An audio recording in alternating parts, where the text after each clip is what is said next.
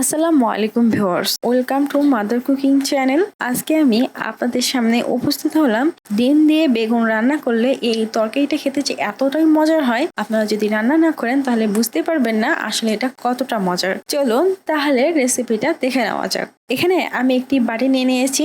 এখন আমি এর মধ্যে দিয়ে দিচ্ছি ময়দা 2 টেবিল চামচ, দিয়ে দিচ্ছি পানি 2 টেবিল চামচ।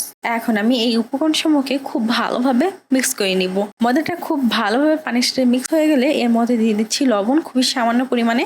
আমি এখানে 4টি সিদ্ধ ডিম কেটে নিয়েছি, আর এখানে আমি একটি ডিম 4 পিস করে কেটে নিয়েছি। এখন আমি এই ডিমগুলোকে এই ময়দার ব্যাটারটার মধ্যে খুব ভালোভাবে কোট করে নিব।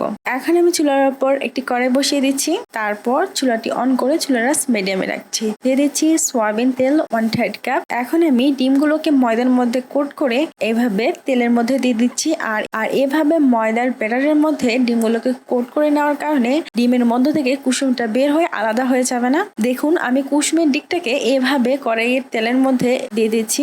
এভাবে আমি সবগুলো ডিম ময়দার ব্যাটারের মধ্যে কোট করে কড়াইয়ের মধ্যে দিয়ে দিয়েছি। এখন আমি এগুলোকে একটু ফ্রাই করে নিব। ডিমের এই সাইড ফ্রাই হয়ে গেলে আমি এই ডিমগুলোকে একটা একটা করে এভাবে উল্টিয়ে দিচ্ছি। তারপর এই ডিমগুলোকে আমি খুব ভালোভাবে ফ্রাই করে নিচ্ছি। এই পর্যায়ে ডিমের এই পাশ ও পাশ খুব ভালোভাবে ফ্রাই হয়ে গেছে। এখন আমি এই ডিমগুলোকে তেল ঝরিয়ে উঠিয়ে নিচ্ছি। কড়াইয়ে থাকা অবশিষ্ট তেলের মধ্যে দিয়ে দিচ্ছি হলুদের গুঁড়া 1 চা চামচ, মরিচের গুঁড়া 1 চা চামচ।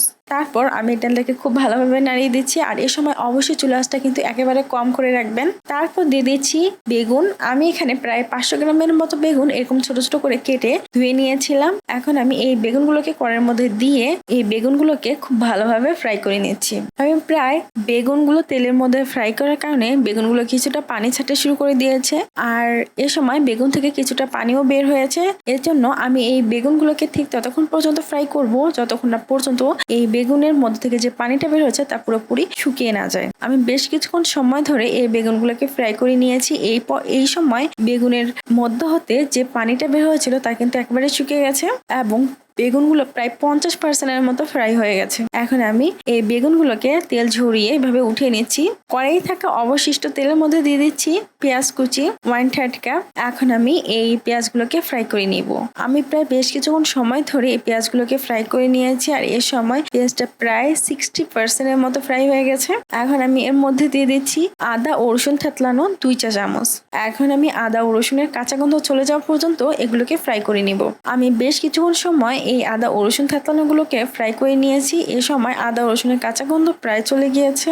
এখন আমি এর মধ্যে দিয়ে দিচ্ছি লবণ পরিমাণ মতো, দিয়ে দিচ্ছি জিরা গুঁড়া 1 চা চামচ, গোলমরিচের গুঁড়া খুবই সামান্য পরিমাণে। এখন আমি এগুলোকে একটু নাড়িয়ে দিচ্ছি। এগুলোকে নাড়িয়ে দেওয়া হয়ে গেলে আমি এর মধ্যে দিয়ে দিচ্ছি পানি 1/2 কাপ।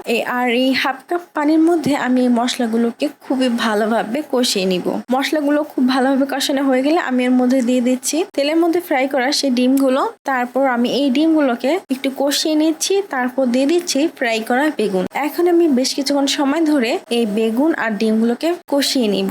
বেশ কিছুক্ষণ সময় এই বেগুনগুলোকে কষানোর কারণে এর মধ্যে যে গ্রেভিটা ছিল তা একেবারেই শুকিয়ে গেছে। এখন আমি এর মধ্যে দিয়ে দিচ্ছি কাঁচা মরিচ। আমি প্রায় 3 থেকে 4টি কাঁচা মরিচ মাছ বরাবর কেটে এর মধ্যে দিয়ে দিয়েছি। ঝালটা আপনারা আপনাদের পছন্দ অনুযায়ী কম বা বেশি করে দিতে পারেন। তারপর আমি আরো বেশ কিছুক্ষণ সময় কষিয়ে এর মধ্যে দিয়ে দিচ্ছি পানি। কড়াইয়ে যে পর্যন্ত বেগুনটা রয়েছে আমি ঠিক সেই পর্যন্ত পানি দিয়ে এই বেগুনটাকে খুবই ভালোভাবে সিদ্ধ করে নিচ্ছি। পানি দেওয়ার পর এই বেগুনটাকে একটা চামচ দিয়ে আলতো হাতে নাড়িয়ে দিচ্ছি। তারপর কড়াইয়ের ঢাকনা লাগিয়ে এই বেগুনটাকে খুব ভালোভাবে কুক করে নিচ্ছি, আর এই সময় অবশ্যই চুলা আঁচটা হাই করে দিবেন। ফিরে এলাম প্রায় 10 থেকে 12 মিনিট পর। এই সময় কিন্তু বেগুনটা খুব ভালোভাবে কুক হয়ে গেছে, আর এর ঝোলটা কিন্তু কিছুটা গাঢ় হয়ে গিয়েছে। তৈরি হয়ে গেছে আলু দিয়ে বেগুনের তরকারি, আর এই তরকারিটা দিয়ে গরম ভাত খেতে কিন্তু খুবই মজার হয়। আপনারা চাইলে রুটি বা পরোটা দিয়েও এই তরকারিটা খেতে পারেন। প্রিয় দর্শক, এই ছিল আমাদের আজকের রেসিপি। মাদার কুকিং চ্যানেলের আরো এক্সাইটিং রেসিপি নিয়ে আপনাদের সামনে আবার উপস্থিত হব। ভিউয়ার্স, আপনাদের সকলকে অনেক অনেক ধন্যবাদ জানাচ্ছি পুরোটা সময় আমাদের সাথে থাকার জন্য। আমি উইশ করব আপনারা সবাই ভালো থাকবেন, সুস্থ থাকবেন এবং মাদার কুকিং চ্যানেলের সাথে থাকবেন। এই চ্যানেলে নতুন হয়ে থাকলে চ্যানেলটি সাবস্ক্রাইব করুন এবং ভালো লাগলে লাইক, কমেন্ট ও শেয়ার করুন। ধন্যবাদ।